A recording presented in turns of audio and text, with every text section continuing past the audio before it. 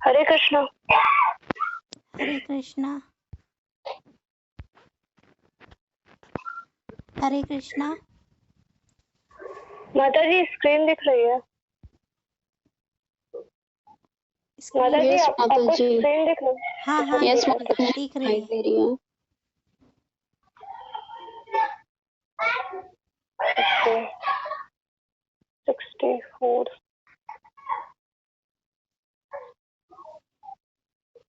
जब दूल्हा तथा दुल्हन रथ में जा रहे थे, शंख, बिगुल, ढोल तथा मृदंग एक साथ मिलकर मधुर संगीत समूह वादन की ध्वनि उत्पन्न कर रहे थे। जुलूस अत्यंत मनोहर ढंग से निकल रहा था और कंस रथ को हाँक रहा था।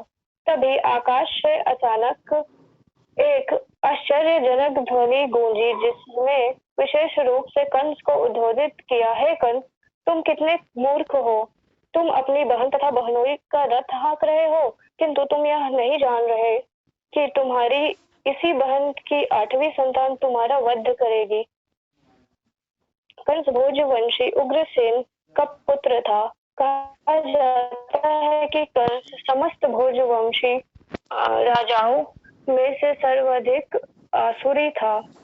आकाशवाणी सुनते ही उसने देवकी के केश पकड़ लिए और उसे अपनी तलवार से मारना चाहा। वासुदेव को कंस के इस दुर्व्यवहार पर आश्चर्य हुआ, अतः वे अपने इस क्रूर निर्लज्ज साले को शांत करने के उद्देश्य से अत्यंत तर्क तथा प्रमाण सहित इस प्रकार बोले। हे मेरे प्रिय साले कंस, तुम भोजवंशी के सर्वाधिक प्रसिद्ध राजा हो और लोग तुम्हें महानतम योद्धा तथा पराक्रमी के रूप में जानते हैं। आखिर तुम इतने क्रुद्ध क्यों हो गए कि अपनी बहन को उसके विवाह के शुभ अवसर पर मारने के लिए उद्धत हो गए हो? तुम अपनी मृत्यु से इतने भयभीत क्यों हो? मृत्यु तुम्हारे जन्म के साथ ही उत्पन्न हो चुकी है। जिस दिन तुमने जन्म ग्रहण किया, उसी दिन से तुम्हारी मृत्यु से इतना क्यों डर रहे हो? अंततः मृत्यु अवश्यंभावी है। तुम चाहे आज मरो या 100 वर्ष बाद, तुम मृत्यु से बच नहीं सकते। तो फिर मृत्यु से इतना क्यों डरते हो? वस्तुतः मृत्यु का अर्थ है कि वर्तमान शरीर का विनाश। जैसे यह वर्तमान शरीर कार्य करना बंद कर देता है और भौतिक प्रकृति के पंच तत्वों में मिल जाता है, तो शरीर के भीतर की आत्मा शरीर के वर्तमान कार्यों, कर्मों तथा उनके फल के अनुसार दूसरा शरीर ग्रहण करता है। यह मनुष्य के सड़क पर चलने के समान है। मनुष्य अपना पांव आगे बढ़ाता है और जो ही उसे विश्वास हो जाता है कि उसका पांव ठोस भूमि पर पड़ा है, तो दूसरा पांव उठाता है। इसी प्रकार यह शरीर भी एक के बाद दूसरे शरीर में बदलता रहता है और आत्मा देहांतर करता रहता है। देखो ना, कितनी सतर्कता से पौधे का कीड़ा एक टहनी से दूसरे में जाता है। इसी प्रकार जब उच्च अधिकारी यह निर्णय लेते हैं कि अगला शरीर कैसा हो, तो जीव अपना शरीर बदल देता है। जब तक जीव इस भौतिक संसार में बद्ध रहता है, तब तक उसे एक के बाद दूसरा भौतिक शरीर ग्रहण करना होगा।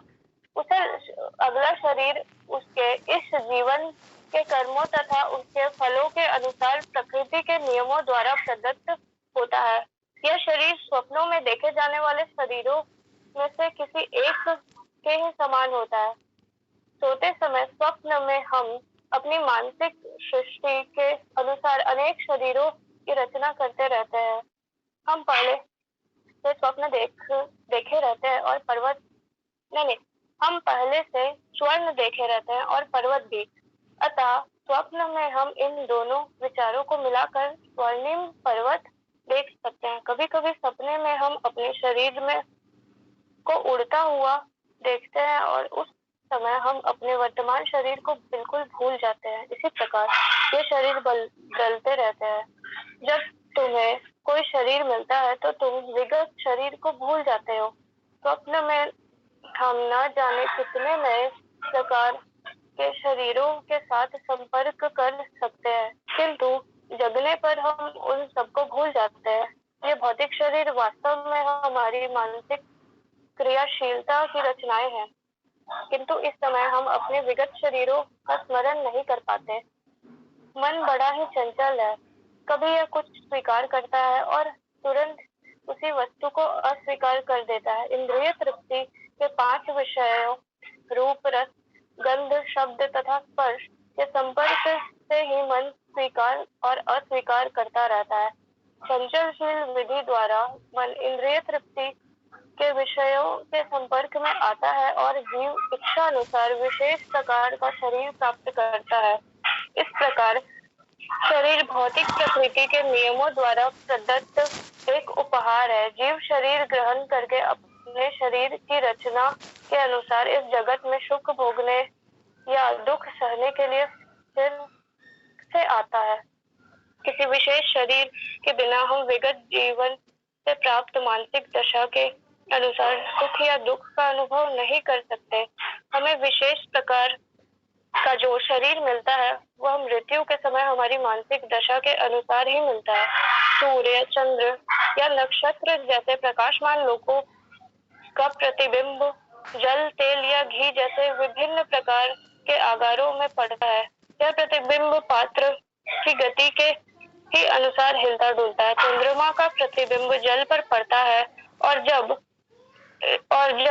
के हिलने से चंद्रमा भी हिलता प्रतीत होता है, लेकिन वास्तव में चंद्रमा हिलता नहीं।